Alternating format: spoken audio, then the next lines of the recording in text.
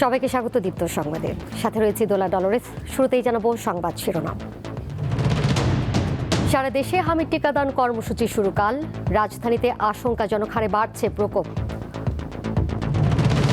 এক মাসে 2 দফা এলপিজির দাম বৃদ্ধি। 12 কেজিতে এখন গুনতে হবে 1940 টাকা। বেড়েছে জ্বালানি তেলের দাম। এর সঙ্গে IMF এর শর্তের সম্পর্ক নেই বলছেন অর্থমন্ত্রী। 20 বছর পর কাল বগুড়ার বাড়িতে যাচ্ছেন প্রধানমন্ত্রী। পৌরসভা হচ্ছে সিটি কর্পোরেশন।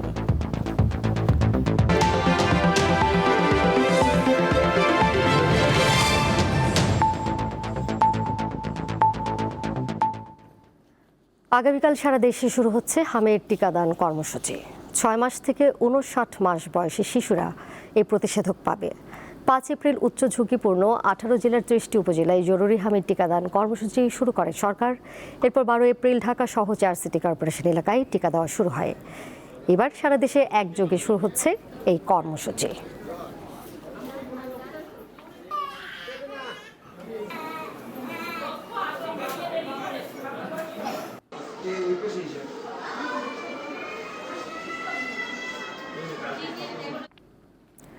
রাজধানীতে আশঙ্কাজনক হারে বাড়ছে হামের প্রকোপ।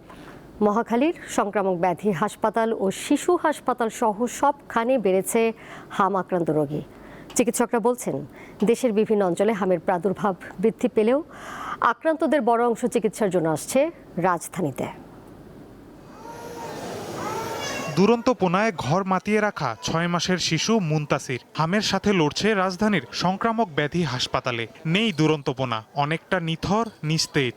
নারায়ণগঞ্জ থেকে আসা বাবা মহিবুল্লাহ আর মা উম্মেহানি বারবার ছেলের কপালে জলপট্টি দিচ্ছেন। তাদের চাওয়া একমাত্র সন্তানের সুস্থতা। এতটা পরিমাণে খারাপ লাগছে যখন শুনছি যে হাম হয়েছে। ডাক্তার বলতেছে যে 1 বছরের নিচের বাচ্চাদের রিস্ক বেশি। তখন তো আমি একজন মা, তখন কি সহ্য করা যায়? তখন অনেক কান্না করছি। মূলত আমরা নারায়ণগঞ্জ থাকি, ডাক্তার বলতেছে এই জায়গায় সিট নাই। পরে ওইখান থেকে আমাদের এইখানে ট্রান্সফার করছে। এইখানে আসার পর আজকে মনে হয় 6 দিন, এখন বাচ্চা মোটামুটি সুস্থ। একই অবস্থা উজ্জ্বল আহমেদের 1.5 বছরের মেয়ে মাইমুনার। তারা এসেছেন রাজধানীর কামরাঙ্গীর চর থেকে। 2-3টি হাসপাতাল ঘুরে সিট পেয়েছেন ডিএনসিসি হাসপাতালে। সরদিতে ট্রিটমেন্ট অবস্থায় ছিলাম, পরে আইসিইউ লাগবে। ডক্টর বললো যে ডিএনসিসিতে নিয়ে গেলে ওখানে আইসিইউ পাওয়া যাবে, ঠিক আছে। তারপরে আমরা ডিএনসিতে নিয়ে আসি। যখন আমি শুনছি আমার বাচ্চা হাম হয়েছে, তখন আমার অনেক খুব কষ্ট লাগছে। আমি বুঝতে পারিনি যে আমার বাচ্চার এই বয়সে একটা হাম হয়েছে। আজকে 6-7 দিন ধরে আসছি, তখন কবে যাওয়া হবে সেটা বলেনি, আর এখনো মোটামুটি সুস্থ হয়নি। এমন চিত্র রাজধানীর ডিএনসিসি সংক্রামক ব্যাধি হাসপাতাল ও শিশু হাসপাতালের। জ্বরের সাথে গায়ে লালচে দানা বা র্যাশ নিয়ে প্রতিদিনই ভর্তি হচ্ছে শিশুরা। তিল ধারণের জায়গা না থাকলেও প্রতিদিন যোগ হচ্ছে নতুন মুখ। গত একদিনে রাজধানীর ডিএনসিসি হাসপাতালে হাম রোগী ভর্তি হয়েছে 111 জন। চিকিৎসা শেষে ছাড়পত্র পেয়েছে 81 জন। বর্তমানে ভর্তি আছে 427 রোগী। চিকিৎসকরা বলছেন, হামের প্রভাব সারা দেশে ছড়িয়ে পড়েছে, কিন্তু ঢাকা ও এর আশেপাশের জেলার রোগীর সংখ্যাই বেশি। আমাদের হাসপাতাল থেকে রোগী ভর্তি হওয়ার সাথে সাথে রোগীর যে অ্যাড্রেস, তার টিকা নেওয়ার স্ট্যাটাস, তার টিকা নিয়েছিল কিনা এবং তার কোন এলাকা থেকে এসেছে, সেগুলো আমরা সরাসরি স্বাস্থ্য অধিদপ্তরে পাঠিয়ে দিচ্ছি। বর্তমানে যেহেতু আমাদের হাসপাতালটা এখন হামের জন্য সরকার স্পেশালভাবে ঘোষণা করেছেন, অতএব পুরো বাংলাদেশ থেকে আমাদের কাছে হামের রোগী রেফার করা হচ্ছে। আমরা মেনলি রেফার্ড রোগীগুলি বেশি পাচ্ছি বাংলাদেশ বিভিন্ন জায়গা থেকে এবং ঢাকার আশেপাশে বিভিন্ন জায়গা থেকে। সবচেয়ে বেশি আসলে ঢাকা ডিভিশন থেকেই আমরা পাচ্ছি রোগী। ঢাকার বাইরে থেকেও কিছু রোগী আমরা পাচ্ছি। আর যেসব রোগী আমরা পাচ্ছি তাদের বেশিরভাগই আসলে ভর্তি হওয়ার জন্যই আসছেন আমাদের কাছে। গত 15 মার্চ থেকে হাম ও হামের উপসর্গ নিয়ে অন্তত 220 শিশুর মৃত্যু হয়েছে। মাহিদুর রহমান, দীপ্ত সংবাদ, ঢাকা। জ্বালানি তেলের দাম বৃদ্ধির পরদিনই বাড়ল এলপি গ্যাসের মূল্য। এখন 12 কেজি সিলিন্ডারের জন্য অতিরিক্ত 212 টাকা গুনতে হবে। ফলে প্রতিটি সিলিন্ডারের মূল্য দাঁড়ালো 1940 টাকা। গত 2 এপ্রিল ভোক্তা পর্যায়ে এলপিজি দাম সমন্বয় করেছিল Bangladesh energy regulatory commission BIRC. সে সময় 12 কেজি সিলিন্ডারের দাম 387 টাকা বেড়ে হয়েছিল 1728 টাকা। রোববার একই মাসে দ্বিতীয়বারের মতো বাড়ানো হলো এলপি গ্যাসের দাম।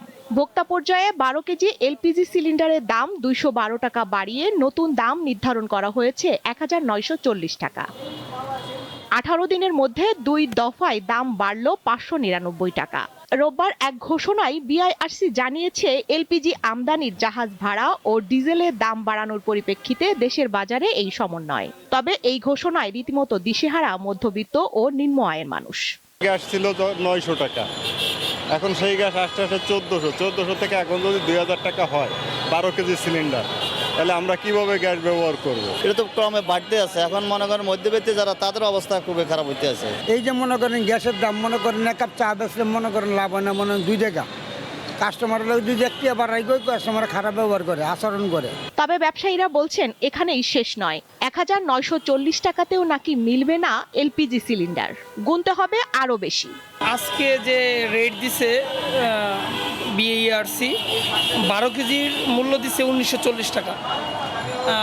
এখন পর্যন্ত কোম্পানিরা এখন পর্যন্ত দাম বৃদ্ধি করে নাই, হয়তো আজকে রাতের মধ্যে বৃদ্ধি না করলে সকালে বৃদ্ধি করে দিবে। পুরাতন রেটে এখনো আমাদের কাছে গ্যাস আছে। হ্যাঁ, এটা আমরা আগামীকাল গাড়ি পাঠাবো। গাড়ি পাঠানোর পর দেখা যাচ্ছে আগামীকাল থেকে আমরা নতুন রেট কার্যকরী করব। এখন 12 কেজি আসবে 1940 টাকা, 35 আসবে 5658 টাকা, আর 45 কেজি আসবে 7275 টাকা। এরকম করাতে আমাদের কাস্টমারও চলে যাচ্ছে। বিকল্প যেটা ইলেকট্রিক চুলা, আরও বিভিন্ন ধরনের অনেকের ঘরে দেখলাম আমরা গ্যাস যেখানে দিতাম ওইখানে মাটির চুলা এখানে ইউজ করতেছে। সাধারণ ভোক্তারা বলছেন বাজার তদারকি জোরদার করা না গেলে সরকার নির্ধারিত দামেও এলপিজি সিলিন্ডার কেনা সম্ভব হবে না। স্বস্তিকা সিংহ, দীপ্ত সংবাদ, ঢাকা। এদিকে সারা দেশে জ্বালানি তেলের তীব্র সংকটে জনজীবন বিপর্যস্ত। ঘন্টার পর ঘন্টা লাইনে দাঁড়িয়েও মিলছে না কাঙ্ক্ষিত ডিজেল বা অকটেন। দাম বাড়ানোর পরও একই চিত্র রাজধানীর পাম্পগুলোতে। তপ্ত রোদে ঘন্টার পর ঘন্টা অপেক্ষা, গন্তব্যে পৌঁছানোর তাড়না ছাপিয়ে এখন বড় চিন্তা, পাম্পের তেল মিলবে তো?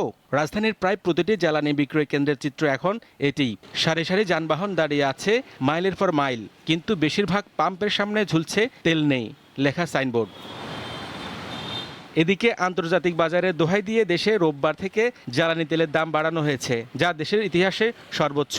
নতুন করে ডিজেল 115 টাকা, কেরোসিন 130 টাকা, অকটেন 140 টাকা এবং পেট্রোল 135 টাকা নির্ধারণ করা হয়েছে। তারপরও কাঙ্ক্ষিত তেল না পাওয়ায় ক্ষুব্ধ চালকরা। হুট করে এত 20 টাকা বাড়ানো, এটা সম্মুখীন হয় নাই। দাম বাড়লেও আমার যেটা মনে হয় বাংলাদেশে গাড়ি চলবে, দাম না বাড়াইলেও গাড়ি চলবে। গভর্নমেন্ট বাড়ায় সেটা গভর্নমেন্ট ভালো বোঝে। আমাদের জনগণ যেটা আমাদের তেল কিনা চলতে হবে, এটা কোনো পকেট খালি করতে হবে। এটাই আজকে শুনতেছি 20 টাকা করে লিটারে বাড়াইছে, কিন্তু সিরিয়াল কমেনি। সবচেয়ে বেশি বিপাকে পড়েছেন পরিবহন শ্রমিকরা। ঘন্টার পর ঘন্টা লাইনে দাঁড়িয়ে থাকায় নষ্ট হচ্ছে কর্মঘণ্টা, যার প্রভাব পড়ছে পকেটেও। এদিকে পর্যাপ্ত সরবরাহ না থাকায় অনেক পাম্প কর্তৃপক্ষ সীমিত পরিসরে তেল দিচ্ছে, আবার অনেকে পাম্প সাময়িক বন্ধ রাখতে বাধ্য হচ্ছেন। আমাদের চাহিদা মতো দেখ, আমরা ব্যাপক বেশি, আমরা তো ডিলার, কমিশনের ব্যবসা। আমরা যত বিক্রি করব ততই আমাদের কমিশন আসবে। আমরা বিক্রি করতে পারতেছি না, আমাদের কমিশনও আসতেছে না। কিন্তু কেন এই সংকট? সংশ্লিষ্টরা বলছেন যুদ্ধ পরিস্থিতির কারণে আন্তর্জাতিক বাজারে অস্থিরতায় ব্যাহত হচ্ছে জ্বালানি আমদানি। মজুদ কমে আসায় সরবরাহ ব্যবস্থায় তৈরি হয়েছে বিশাল ঘাটতি। সরকারের পক্ষ থেকে আশ্বাসের বাণী শোনানো হলেও রাজপথের দৃশ্য ভিন্ন। জ্বালানির সংকটের প্রেক্ষাপটে সরকারের সবচেয়ে যেটা বড় দায়িত্ব ছিল, প্রথমত জনগণকে এই যুদ্ধের অবস্থা এবং জ্বালানি যে চালানগুলো আসতেছে তার রোড এবং বাস্তবতাকে পরিষ্কারভাবে তুলে ধরা। বাংলাদেশের যে আমদানি নির্ভর জ্বালানি যেহেতু আমাদের সম্পূর্ণ, এই জায়গাতে খুব দ্রুততার সাথে নবায়নযোগ্য জ্বালানির দিকে আসলে ধাবিত হতে হবে। এছাড়া কোনো বিকল্প এই দেশের জন্য নাই, কোনো বিকল্প আপনার এনার্জি সিকিউরিটির জন্য বাংলাদেশে নেই। জ্বালানি তেলের এই সংকট কেবল পরিবহনে সীমাবদ্ধ নেই, এর প্রভাব পড়তে শুরু করেছে নিত্যপণ্যের বাজারেও। নতুন করে দাম বৃদ্ধি করায় এর প্রভাব আরও প্রকট হবে। এখন সাধারণ মানুষ তাকিয়ে আছে কার্যকর সমাধানের দিকে। তবে সরবরাহ ব্যবস্থা স্বাভাবিক না হওয়া পর্যন্ত এই সংকট সহসাই কাটছে না, এমনটাই আশঙ্কা করছেন সংশ্লিষ্টরা। হেদায়েতুল্লাহ সীমান্ত, দীপ্ত সংবাদ, ঢাকা। আইএমএফের চাপে নয়, বৈশ্বিক পরিস্থিতির কারণে জ্বালানি তেলের দাম বাড়ানো হয়েছে বলে জানিয়েছেন অর্থমন্ত্রী আমির খসরু মাহমুদ চৌধুরী। আর যুদ্ধকালীন অবস্থার কারণে সরকার জ্বালানি তেলের দাম সমন্বয় করতে বাধ্য হয়েছে বলে জানান জ্বালানি মন্ত্রী ইকবাল হাসান মাহমুদ। তার দাবি, মার্কিন যুক্তরাষ্ট্র তেলের দাম $5 বাড়িয়েছে। যুক্তরাষ্ট্রে বিশ্বব্যাংক ও IMF এর বসন্তকালীন বৈঠক থেকে ফিরে রবিবার সচিবালয়ে গণমাধ্যমে কথা বলেন অর্থমন্ত্রী। জানান, IMF ও বিশ্বব্যাংকের সঙ্গে আলোচনা এখনো শেষ হয়নি। জনগণের স্বার্থ সংরক্ষণের বাইরে গিয়ে IMF ও ওয়ার্ল্ড ব্যাংকের কাছ থেকে কোনো ঋণ নেওয়া হবে না বলেও জানান তিনি। আলোচনা চলছে, যতক্ষণ আলোচনা শেষ না হয় আগামী 15-20 দিন আর 1 মাস আলোচনা হতে পারে। এরপরে আলোচনা যেখানে গিয়ে দাঁড়ায় আমরা সিদ্ধান্ত নেব নেক্সট স্টেপ কোথায় যাব। এটা আমাদের সিদ্ধান্ত। অর্থমন্ত্রী বলেন, বৈশ্বিক পরিস্থিতি বিবেচনায় জ্বালানি তেলের দাম বাড়ানো হয়েছে। IMF এর সাথে দাম বাড়ানোর কোনো সম্পর্ক নেই। আমি পরিষ্কার ভাষায় বলছি, এটা বরঞ্চ আমরা দামও কিন্তু বেশি বাড়াইনি। অন্যান্য দেশে আমি বলি আমেরিকাতে দাম দ্বিগুণ হয়ে গেছে, শ্রীলঙ্কায় 25% হয়ে গেছে। তারপরে আমরা যতটুকু বেরিয়েছি খুবই নগণ্য। এইটা বাড়াতে হয়েছে শুধুমাত্র আমাদের তহবিলের উপর এত প্রেশার আসতেছে, আমাদের তো বাকি প্রোগ্রাম চালাতে হবে। এদিকে সচিবালয়ে জ্বালানি মন্ত্রী জানান, মধ্যপ্রাচ্যে যুদ্ধ পরিস্থিতির কারণে তেলের দাম বাড়াতে বাধ্য হয়েছে সরকার। তারপরও ভর্তুকি দিতে হচ্ছে বলেও দাবি করেছেন তিনি। আমেরিকাও $5 বাড়িয়ে দিচ্ছে। সেইখানে আমরা বাংলাদেশে গত এই যে যুদ্ধ লাগার পর থেকে আমরা যে ইম্পোর্ট করে যে আমরা যে স্টক তৈরি করেছি তার যে দাম পড়েছে সেই দামের থেকে নিচে আমরা এখন প্রাইস অ্যাডজাস্টমেন্ট করছি। এটা করতে বাধ্য হয়েছি আমরা, কারণ এটা বৈদেশিক মুদ্রাতে কিনতে হয় এবং সেটা যাতে কিছু বেড়ে আমরা স্বর্ণীয় লেভেলে থাকতে পারি সেই ব্যবস্থা করেছি। ভর্তুকি এখনও আছে। ইফ ইউ ওয়ান্ট অ্যাকুরেট হিসাব তাহলে আমার মন্ত্রণালয়ে যে বসে ওখান থেকে হিসাব নিয়ে। চলতি মাসের শুরুতে জ্বালানি মন্ত্রণালয় জানিয়েছিল, প্রতিদিন সরকার জ্বালানি তেলে 167 কোটি টাকা ভর্তুকি দেয়। রুবায়েত হাসান, দীপ্ত সংবাদ, ঢাকা। পরের প্রসঙ্গে যাচ্ছে। তারেক রহমান প্রধানমন্ত্রীর দায়িত্ব নেওয়ার পর প্রথমবারের মতো কাল নিজ জেলা বগুড়ায় যাচ্ছেন। এই সফরে বগুড়া পৌরসভাকে দেশের 13তম সিটি কর্পোরেশন ঘোষণা করবেন তিনি। সরকারি নানা কর্মসূচির পাশাপাশি পৈতৃক ভিটাও পরিদর্শন করবেন প্রধানমন্ত্রী। এ নিয়ে এলাকায় তৈরি হয়েছে বিশেষ আগ্রহ ও প্রত্যাশা। 2006 সালে মা খালেদা জিয়া প্রধানমন্ত্রী থাকাকালীন শেষবারের মতো বগুড়ার গাবতলীর নিজ বাড়িতে গিয়েছিলেন তারেক রহমান। দীর্ঘ 2 দশক পর আবারও সেই ঠিকানায় ফিরছেন তিনি, এবার দেশের প্রধানমন্ত্রী হিসেবে। স্বাভাবিকভাবেই গাবতলীর মানুষের মাঝে বইছে উৎসবের আমেজ। আমাকে ঘরে চলছে, আমার ঘরে যে আসতেছে এরই আল্লাহ কাছে শুকরিয়া আদায় করে আমরা দেখতে পারবো। আর ওনাকে যে আল্লাহ বাঁচিয়ে রাখছে এলে আল্লাহ কাছে আমরা বেশি শুকরিয়া আদায় করি। আমরা তার সাথে মনে হয় যে বেশি আনন্দিত পাচ্ছি, তার সাথে বেশি ভালো লাগছে, খুব আনন্দিত লাগছে। অনেকেই মনে করেন জিয়াউর রহমানের জন্মভূমি হওয়া সত্ত্বেও দীর্ঘদিন অবহেলিত বগুড়া ও গাবতলীকে এবার উন্নয়নের মূল ধারায় নিয়ে আসবেন তাদেরই সন্তান প্রধানমন্ত্রী তারেক রহমান। আমার দাবি হলো এই উনি যে ছেলে হিসেবে এই বাড়িতে আসবে, আমরা তো তাকে দেখতে পারবো 2 চোখ নয়ন ভরে, এটাই আমার সবচেয়ে বড় পাওয়া, আর কিছুই পাওয়া না। মানে সোমবার প্রধানমন্ত্রীর সফরে প্রায় 150 বছরের ঐতিহ্যবাহী বগুড়া পৌরসভাকে সিটি কর্পোরেশন হিসেবে ঘোষণা করবেন তিনি। এরপর ভাষণ দেবেন জনসভায়। মাননীয় প্রধানমন্ত্রী বগুড়া আসবেন।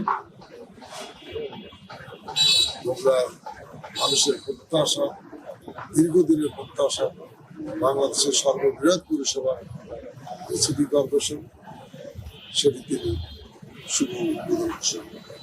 আদালতে অনলাইন জামিন কার্যক্রম সহ একাধিক উন্নয়ন উদ্যোগের উদ্বোধন করবেন প্রধানমন্ত্রী। দুপুরে তিনি যাবেন পৈতৃক ভিটা বাগবাড়িতে। এরপর স্থানীয় কলেজ মাঠে ফ্যামিলি কার্ড বিতরণ অনুষ্ঠানে অংশ নেবেন তিনি। বিকেলে শহরের জনসভায় যোগ দিয়ে দিন শেষে ঢাকায় ফেরার কথা রয়েছে প্রধানমন্ত্রীর। সাইফুর রহমান শিশির, দীপ্ত, বার্তাকক্ষ। তীব্র গরমে রাজধানীর জনজীবনে হাঁসফাঁস। গতকাল দুপুরে কারওয়ান বাজারে তাপমাত্রা ছিল 35 ডিগ্রি সেলসিয়াস। চলতি মাসে 2টি দাবদাহ হতে পারে বলে জানিয়েছে আবহাওয়া অফিস। বিশেষজ্ঞরা বলছেন, সবুজায়ন কমে যাওয়ায় গরমের তীব্রতা বাড়ছে। রাজধানীতে গাছগাছালি আছে শতকরা মাত্র 5% এলাকায়। 2 দশক আগে তা ছিল 25%। আমরা বর্তমানে আছি কারওয়ান বাজারে, যেখানে গাছপালা একদম নেই বললেই চলে। এখানের লাইভ টেম্পারেচার মিটারে বর্তমানে তাপমাত্রা দেখাচ্ছে 35 ডিগ্রি সেলসিয়াস এবং এখানে সচরাচর এই তাপমাত্রাটাই থাকে।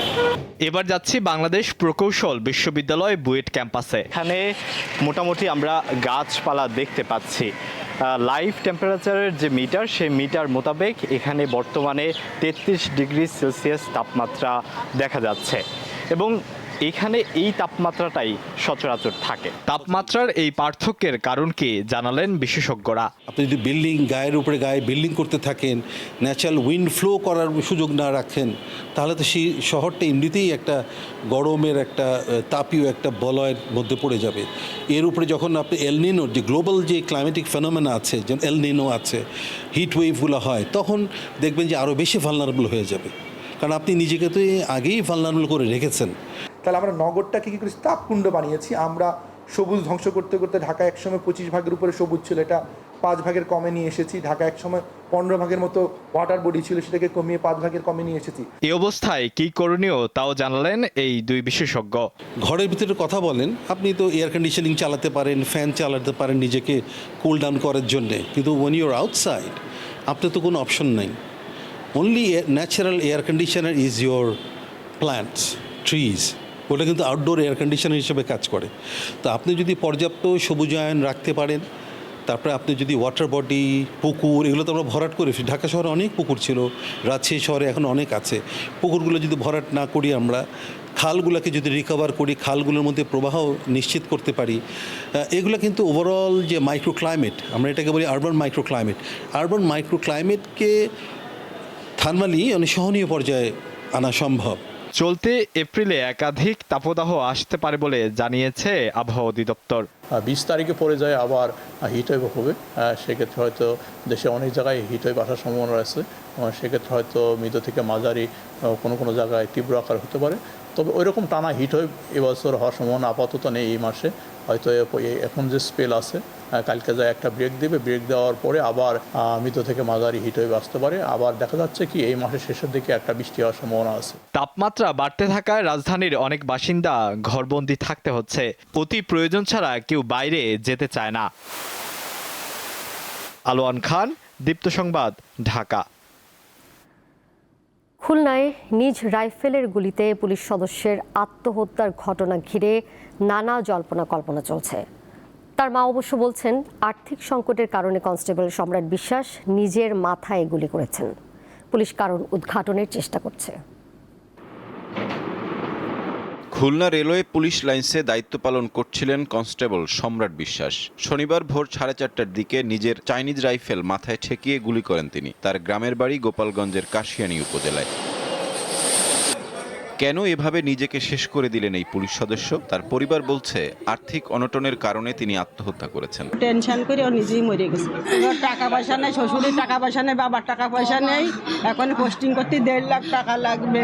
সম্রাট বিশ্বাসের স্ত্রী পূজা বিশ্বাসও একজন পুলিশ সদস্য। তিনি সাতক্ষীরা জেলায় কর্মরত। কী কারণে পুলিশের এই সদস্য আত্মহত্যা করেছেন তার কারণ নিশ্চিত করতে পারেননি খুলনা রেলওয়ে পুলিশ সুপার। একজন কনস্টেবল আত্মহত্যা করেছে নিজ মাথায়, এখানে চাইনিজ রাইফেলের গুলি থেকে আত্মহত্যা করেছে। আমাদের কাছে ভিডিও ফুটেজ সংরক্ষিত আছে, আমরা ভিডিও ফুটেজ যাচাই করেছি, দেখছি ভিডিও ফুটেজে দেখা গেছে সে নিজেই তার চাইনিজ রাইফেল থেকে গুলি করেছে। আর্থিক অনটনের কারণে সম্রাট বিশ্বাস আত্মহত্যা করেছেন পরিবার এমন দাবি করলেও অন্য কোনো কারণ রয়েছে কিনা তা খতিয়ে দেখছে পুলিশ। সাইফুর রহমান শিশির, দীপ্ত, বার্তাকক্ষ। ভারতের দক্ষিণাঞ্চলীয় রাজ্য তামিলনাড়ুতে একটি আতশবাজি তৈরির কারখানায় বিস্ফোরণে অন্তত 20 জন নিহত হয়েছেন। ভারতীয় সংবাদ মাধ্যম এনডিটিভি জানায়, স্থানীয় সময় রোববার তামিলনাড়ুর বিরুধুনগর জেলায় এই দুর্ঘটনা ঘটে।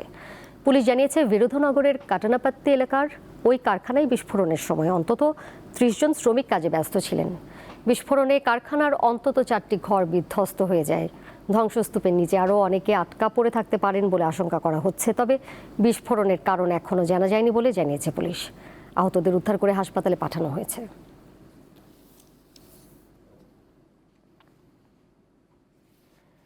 ভিজিট ভিসা ব্যবহার করে হজ পালনের চেষ্টা করলে তা শাস্তিযোগ্য অপরাধ হিসেবে গণ্য হবে বলে ঘোষণা দিয়েছে সৌদি আরব সরকার।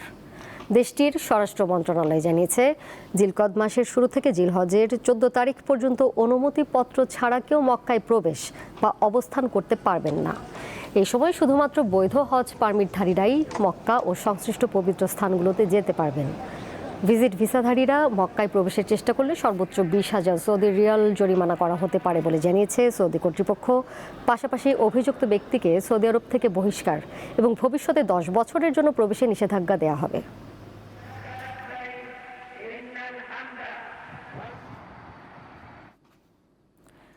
পাকিস্তানে যুক্তরাষ্ট্র ও ইরানের দ্বিতীয় ধাপের আলোচনা নিয়েও দেখা দিয়েছে অনিশ্চয়তা। যুক্তরাষ্ট্রের নৌ অবরোধ ও হরমুজ প্রণালী বন্ধ নিয়ে আবারও উত্তেজনা বাড়ছে দুই পক্ষের মধ্যে। এদিকে অবরোধ না তুললে পাকিস্তানের প্রতিনিধি দল না পাঠানোর ঘোষণা দিয়েছে ইরান। এরই মধ্যে যে কোনো মুহূর্তে আবারও রক্তক্ষয়ী লড়াই শুরুর হুঁশিয়ারি দিয়েছে দেশটি। ইসলামাবাদে যুক্তরাষ্ট্র ও ইরানের প্রথম ধাপের শান্তি আলোচনা ভেস্তে যাওয়ার পর এখন দ্বিতীয় ধাপের আলোচনার জন্য চলছে তোড়জোড়। আগামী শুক্রবারের আগেই আলোচনা হতে পারে বলে জানিয়েছে পাকিস্তানের দুটি সূত্র। তবে এই আলোচনা নিয়ে রয়েছে অনিশ্চয়তা। যুদ্ধবিরতির মেয়াদ বৃদ্ধি এবং স্থায়ী সমাধানের বিষয়ে ঘোর অনিশ্চয়তার মাঝেই কথার যুদ্ধ চালাচ্ছে দুই পক্ষ। যুদ্ধ পুনরায় শুরু হবে কিনা তা নিয়ে কোনো ঘোষণা না এলেও যুক্তরাষ্ট্র ও ইরানের দ্বন্দ্ব বাড়ছে সংঘাতের আশঙ্কাও। যুক্তরাষ্ট্রের নৌ অবরোধ প্রত্যাহার না করা পর্যন্ত হরমুজ প্রণালী পুরোপুরি বন্ধ রাখার ঘোষণা দিয়েছে আইআরজিসি। এমনকি হরমুজে ফি দিয়ে জাহাজ চলাচলের সুযোগও বন্ধ করেছে তারা। এ পরিস্থিতিতে যে কোনো মুহূর্তে আবারও রক্তক্ষয়ী লড়াই শুরু হতে পারে বলে কঠোর হুঁশিয়ারি দিয়েছেন ইরানের পার্লামেন্টের স্পিকার মোহাম্মদ বাঘের গালিবাফ। এছাড়া ইরানের পারমাণবিক অধিকার কেড়ে নেয়ার কোনো অধিকার ট্রাম্পের নেই বলে মন্তব্য করেছেন দেশটির প্রেসিডেন্ট মাসুদ পেজেশকিয়ান। ইরানের এমন অবস্থানের কারণে মধ্যপ্রাচ্যে সামরিক উত্তেজনা নতুন মাত্রা পেয়েছে। যুদ্ধবিরতি চুক্তির সমাপ্তির আশঙ্কায় ইসরায়েলি বাহিনীকে সর্বোচ্চ সতর্ক অবস্থায় রাখা হয়েছে। চুক্তি না হলেও যুদ্ধবিরতির মেয়াদ না বাড়ানোর ঘোষণা দিয়েছেন ট্রাম্প। বিশ্লেষকরা বলছেন ইরান যে কোনো বিকল্প পরিস্থিতির জন্য নিজেদের প্রস্তুত রাখছে। ফলে কোনো সমাধান না এলে নির্ধারিত সময় শেষ হওয়ার পরপরই মধ্যপ্রাচ্যের আকাশ আবারও বারুদের গন্ধে ভারী হয়ে ওঠার আশঙ্কা দেখা দিয়েছে। ইশরাত সুমা, দীপ্ত বার্তা কক্ষ। ফিলিস্তিনের অবরুদ্ধ গাজায় যুদ্ধবিরতি লঙ্ঘন করেই যাচ্ছে ইসরায়েল। রোববারও ইসরায়েলি বাহিনীর গুলিতে একজন ফিলিস্তিনি নিহত হয়েছেন। এই সময়ে আরেকজন গুরুতর আহত হয়েছেন। গাজার চিকিৎসা সূত্র গণমাধ্যমকে জানিয়েছে রোববার উত্তর গাজার জাবালিয়ার হালাওয়া শিবিরে বাস্তুচ্যুতদের তাঁবু লক্ষ্য করে ইসরায়েলি সামরিক যান গুলি চালালে একজন ফিলিস্তিনি নিহত হন। গাজার সরকারি গণমাধ্যম দপ্তর এক বিবৃতিতে জানিয়েছে ইসরায়েল এ পর্যন্ত যুদ্ধবিরতি চুক্তি 2400 বার লঙ্ঘন করে হামলা ও হত্যাকাণ্ড চালিয়েছে। এদিকে 2023 সাল থেকে ইসরায়েলি বাহিনীর বর্বরোচিত হামলায় অবরুদ্ধ ভূখণ্ডটিতে নিহতের সংখ্যা বেড়ে 72,549 জনে দাঁড়িয়েছে। ধ্বংসস্তূপের নিচে এখনও চাপা পড়ে আছে বহু লাশ।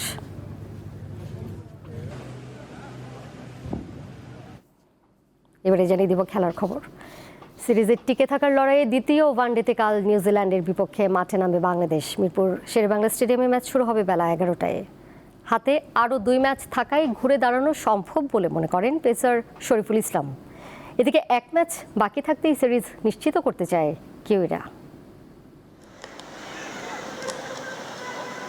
ঘরের মাঠে নিউজিল্যান্ডের বিপক্ষে 3 বছর পর মাঠে নেমে প্রথম ওয়ানডেতে হেরেছে বাংলাদেশ। তবে সিরিজে এখনো হাতছাড়া হয়নি স্বাগতিকদের। এখনো বাকি আছে 2টি ম্যাচ। টাইগারদের বিশ্বাস ঘুরে দাঁড়ানোর সামর্থ্য আছে তাদের। না একটা ম্যাচে আমরা হয়তো মিস্টেক করছি। তারা অবশ্যই গুড টিম। মিরপুর উইকেট কিন্তু অনেক সময় ভুল প্রমাণিত হয়। সো এখানে আমরা তো যেরকম চেয়েছিলাম, আমরা আশা করছিলাম হয়তো তার থেকে একটু ডিফারেন্ট বিহেভ করছে। সো ইনশাল্লাহ নেক্সট টাইম এর থেকে আরো ভালো হবে। আর দ্বিতীয় ম্যাচে ঘুরে দাঁড়াতে হলে ব্যাটসম্যানদের গুরুত্বপূর্ণ ভূমিকা রাখতে হবে বলেও জানান পেসার শরীফুল। ধরেন আমরা হেরে যাই, আমাদেরও খারাপ লাগে, ব্যাটসম্যানদেরও খারাপ লাগে। সো এখানে আমরা যদি আরেকটু ভালো বোলিং করতাম হয়তো তাদের জন্য ইজি হতো। সো মনে করবো যে ইনশাল্লাহ নেক্সট ম্যাচে ব্যাটসম্যানরা খুব ভালো করবে, আমাদেরকে সাপোর্ট দেবে, আমরাও তাদেরকে সাপোর্ট দেবে। দলগতভাবে আমরা ম্যাচ উইনিং আনবো। ক্রিকেট খেলা এরকম আসেই যে এক ইউনিট ভালো করে এক ইউনিট একটু ফেল করে। সো এটা নিয়ে আমরা আশাবাদী যে নেক্সট ম্যাচ ইনশাল্লাহ ভালো করবো। এদিকে বাংলাদেশের বিপক্ষে ওয়ানডে ও টি20 মিলিয়ে খেলা শেষ 5 সিরিজের সবগুলোতেই জিতেছে নিউজিল্যান্ড। সেই লক্ষ্যে এগিয়ে যেতে চান তারা। আমরা সিরিজে 1-0-তে এগিয়ে আছি। দ্বিতীয় ওয়ানডেতে এটি আমাদের বাড়তি প্রেরণা যোগাবে। আমাদের পরিকল্পনা 1 ম্যাচ হাতে রেখেই সিরিজ নিশ্চিত করা। সিরিজের তৃতীয় ও শেষ ওয়ানডে হবে 23 এপ্রিল চট্টগ্রামে। পারভেজ খোকন, দীপ্ত স্পোর্টস। 3 ম্যাচ সিরিজের প্রথম ওয়ানডেতে কাল মাঠে নামবে স্বাগতিক বাংলাদেশ ও শ্রীলঙ্কা নারী দল। রাজশাহী স্টেডিয়ামে ম্যাচ শুরু হবে সকাল 9:30টায়। এই সিরিজকে সামনে রেখে রবিবার ট্রফি উন্মোচন করেছেন দুই দলের অধিনায়ক। নিজেদের মাঠে জয়ের ব্যাপারে আত্মবিশ্বাসী স্বাগতিক অধিনায়ক নিগার সুলতানা জ্যোতি। আর এই ম্যাচ দিয়ে দীর্ঘ 7 বছর পর ওয়ানডেতে ফিরেছেন শারমিন সুলতানা। সিরিজের সবগুলো ওয়ানডে হবে রাজশাহীতে, এরপর সিলেট স্টেডিয়ামে হবে 3টি টি20।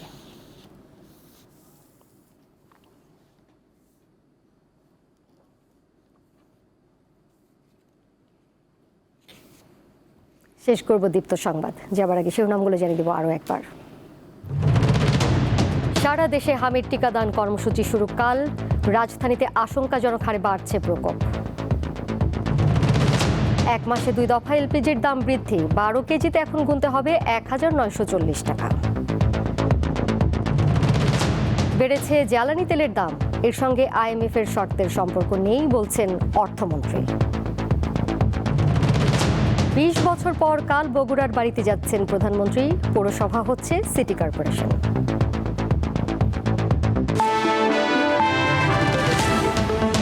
এই ছিল এখনকার মতো। এরই সাথে বিদায় নিচ্ছি আমি ডোলা ডলারেস। আরও তথ্য এবং বিনোদনের নানা খবরাখবর জানতে যুক্ত থাকুন দীপ্ত ডিজিটাল প্ল্যাটফর্মে। ধন্যবাদ সবাইকে।